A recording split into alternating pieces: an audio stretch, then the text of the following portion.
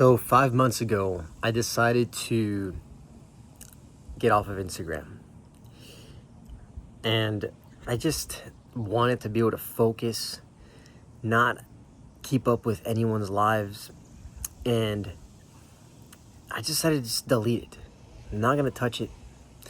And it's shocking what happened to my brain. Because initially, I would go to the toilet and the first thing that I would check would be Instagram. And I would just get on there, see what other people are doing, see what these other influencers are doing. And, I'd already be done and I'd still be scrolling. And it was just a mental headspace. It was just consuming my mental bandwidth. Man, it was more than I even thought. Because impulsively, I would just go check my phone. Go to the Instagram folder where I had my folder with Instagram inside of it, but Instagram wasn't there anymore. And I realized, wow, this is such an impulse. I have to go and check it. But slowly, that started to dwindle. I didn't feel the need or the impulse to go and check it anymore. And I realized that whenever I had the impulse to check it, I realized that it was an impulse of me, getting out of boredom. My brain needed some sort of stimulus. So I was like, why can't I just sit in silence? Just be still. Instead of me needing to consume something, why can't I just observe my thoughts?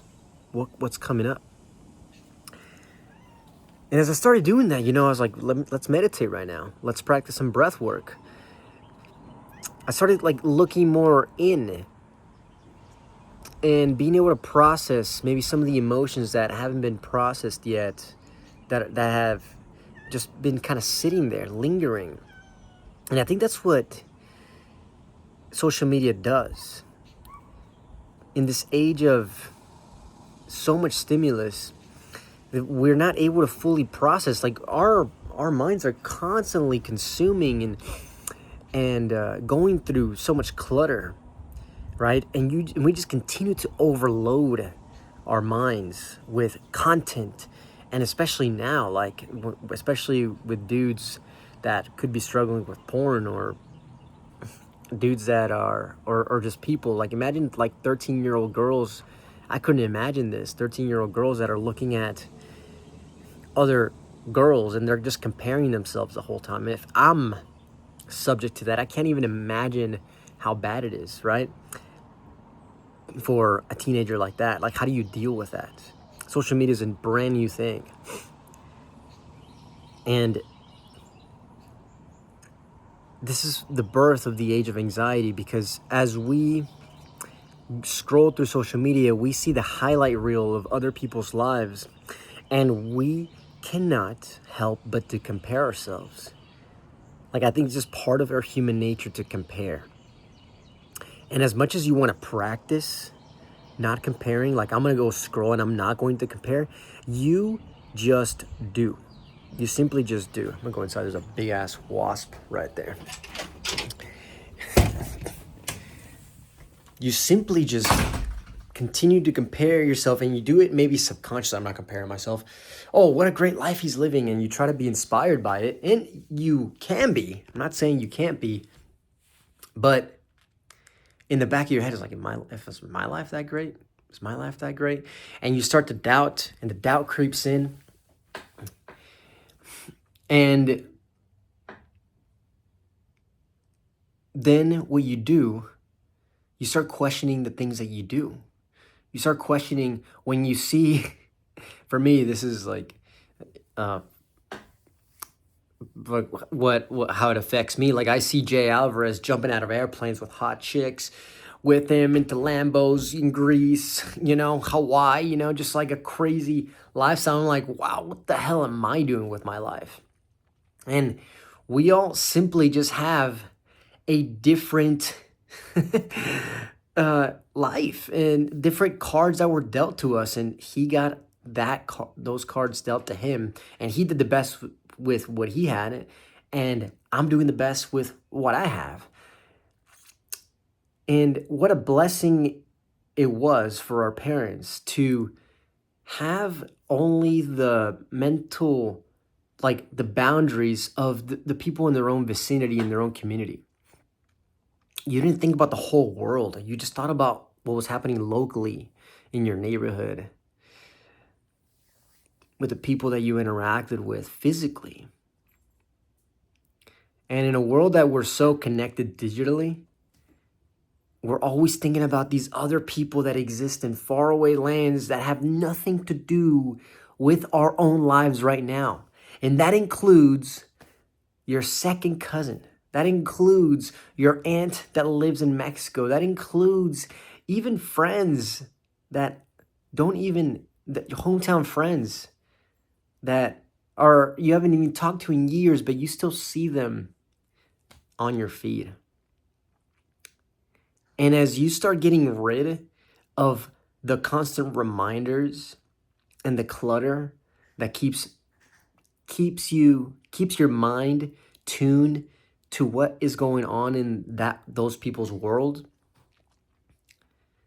you start to finally focus on what's happening here in your world. And really, you gain your peace back because your mind can say, I can process this.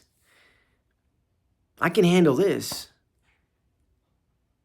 It's almost like we think something's wrong with us. We think that, oh, we're anxious. I got to go and take a pill, get some therapy. Nothing wrong with therapy.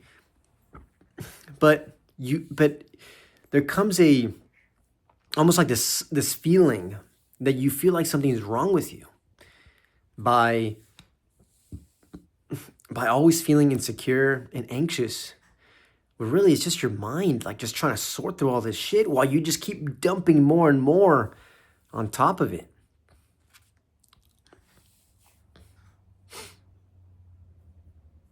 Like really, really, if it's that important, like we're about to go into World War III, you need to go find a bunker to go and protect yourself with, you're going to find out about it. You don't need social media. And that's kind of like the mindset that I've slowly adopted now. Like just focusing on what is in my world. What is in my world? My parents, my girlfriend, my brother, my friends that are here with me, that are actually living my life with me. That's really all that matters. Because that's what always mattered. Think of evolution. Think of like how humans evolved. We evolved in tribes. We evolved to take care of the people that are here with us, to protect our own. And our own is people here in our vicinity. People that are far away that you've never even met before have an influence over you. You forget who you are. If you really ask yourself, who am I? Who am I? It's hard to answer that question, knowing thyself. And especially it's harder whenever you have so many things bombarding you, telling you who you need to be. We're all different. We're all motivated by different things. And it's in the silence that we can actually create the truth in our lives. It's not from the chaos, it's from the silence. And the silence is where the answers come from within us.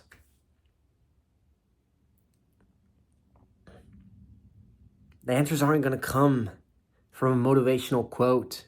It may inspire something, right? But it's in the silence where if you really sit still,